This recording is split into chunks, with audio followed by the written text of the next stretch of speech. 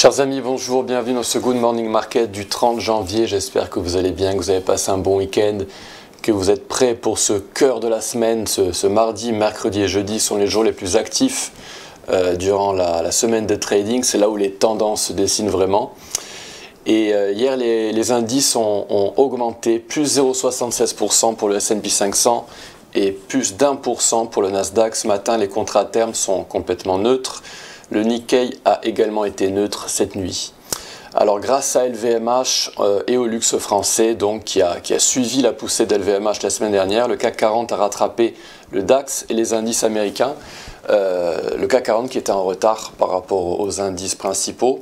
Le VIX, les contrats à terme du VIX s'orienteraient vers 12, puis par la suite pourraient descendre jusqu'à 11. Et on a une autre cible algorithmique qui est située à 9,66. Tant que les contrats à terme du VIX descendent, les indices monteront.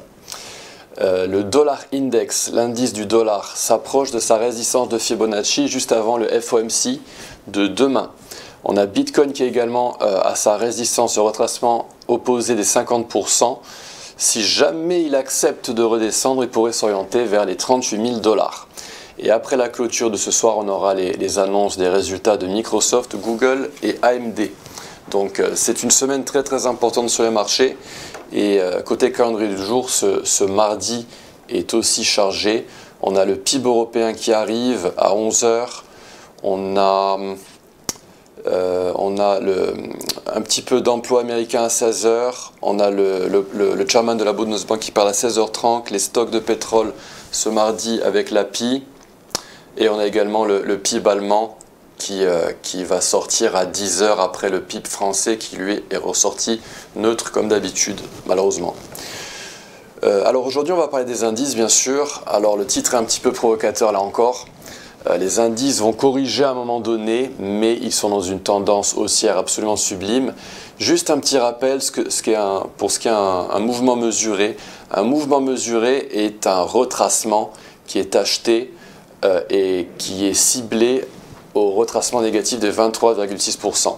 Donc un mouvement mesuré en tendance longue, c'est un retracement qui est acheté. On descend au retracement de 50%, voire 61,8%, ce qui constitue ma boîte verte. Et ensuite, on cible le retracement négatif des 23,6%. C'est ce que les algos de Wall Street, les institutionnels font, c'est ainsi qu'ils tradent. Alors des mouvements mesurés, il y en a partout dans les marchés, notamment dans les indices. Et actuellement, dans les indices en mensuel, on cible les 5500 environ. En hebdomadaire, on cible les 5154. Ici, vous avez une très très belle série de Fibonacci avec des mouvements mesurés. C'est une série de mouvements mesurés avec un troisième mouvement mesuré qui pourrait avoir lieu si jamais on décidait de corriger dans les indices et donc dans le S&P 500. On a percé cette boîte rouge qui était confluente entre différentes cibles algorithmiques et donc on a envie de continuer de grimper dans le S&P 500. En daily, voilà à quoi on pourrait s'attendre, cette boîte verte, si jamais le S&P décidait de corriger avec un catalyseur comme éventuellement la Fed ou des résultats trimestriels d'entreprise qui seraient en dessous des attentes. Donc là, on est en train de monter dans le S&P. La tendance est absolument intacte, très très belle. Et je vous avais dessiné toutes ces boîtes vertes dans les précédentes vidéos du Good Morning Market et aussi des analyses matinales via la newsletter. Donc ces niveaux de support, je les avais détectés en amont et ça a été vraiment très très propre. Et donc ces boîtes vertes sont dessinées à partir d'extensions de Fibonacci. C'est un concept que je vous expliquerai une autre fois dans des vidéos éducatives cette année. Et donc le S&P est pris dans ces extensions et actuellement il y a une zone qui va se définir si jamais il accepte de descendre. C'est celle-ci, 4911 jusqu'à 4883. Le S&P pourrait venir descendre si jamais il accepte encore une fois. Et donc il pourrait évidemment faire des mouvements mesurés en période H1 qui l'empêcheraient d'aller dans cette boîte verte. Donc voilà, la zone c'est 4911, 4883. Si jamais on descend, ce sera vraiment un niveau de support important en H4. Alors côté Nasdaq, le Nasdaq lui, toujours la même chose, il cible 19 587. Et il s'y approche doucement mais lentement. En hebdomadaire, on a cette boîte verte éventuellement, comme dans le S&P 500. C'est un mouvement mesuré, je vous le trace vite fait, et vous le tracez à partir du creux précédent jusqu'au top. Et donc voilà, ce serait aux alentours des 16 000 $ qu'on aurait ce niveau de support. Mais, donc voilà, en unité de temps journalier, on continue de grimper. On avait cette boîte verte que je vous avais dessinée, et également celle-ci, souvenez-vous, dans la vidéo de fin d'année dernière, je vous avais dessiné cette sublime boîte verte, c'était une extension. Et donc je disais, mais en H4, le Nasdaq, lui, il est en train de cibler 17 966. Il n'a pas voulu venir dans cette boîte verte que j'aurais éventuellement dû tracer à partir du retracement des 38% parce qu'il est très haussier. Mais cette boîte verte, on pourrait venir la visiter à nouveau. Car comme je vous l'ai montré, précédemment avec le S&P,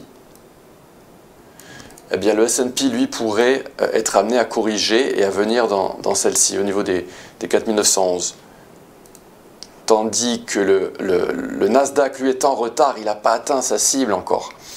Donc voilà ce qui pourrait arriver dans le Nasdaq, un retracement, peut-être un double creux, un double bottom à 17 510 et on repartirait à la hausse pour cibler les 17 966. Donc à surveiller. Juste un dernier petit élément, c'est un élément que je vais vous montrer dans le Nasdaq. C'est le Nasdaq que je vais vous montrer. Voilà, on a ce tracé héliotiste avec une vague 5 étendue qui pourrait nous amener les prix aux alentours des 20 000 dans le Nasdaq. C'est un compte qui est très propre, avec une vague 4 assez profonde et une vague 5 étendue qui pourrait survenir par la suite, notamment avec la coopération du VIX, toujours le VIX. Voilà ce que je pouvais vous dire, chers amis, concernant les indices. Alors ce soir, il y aura les résultats annoncés pour Microsoft, Google et AMD. On pourrait donc faire un petit gap haussier demain, on va voir. Peut-être que ça va être calme, car le marché attend le FOMC de demain. À demain, chers amis, je vous souhaite une très très belle journée en notre compagnie. N'hésitez pas à nous suivre et à me suivre sur les réseaux sociaux. Vous pouvez me trouver sous le nom de Antoine XTB sur Instagram, LinkedIn et Twitter, bien sûr. À demain, au revoir.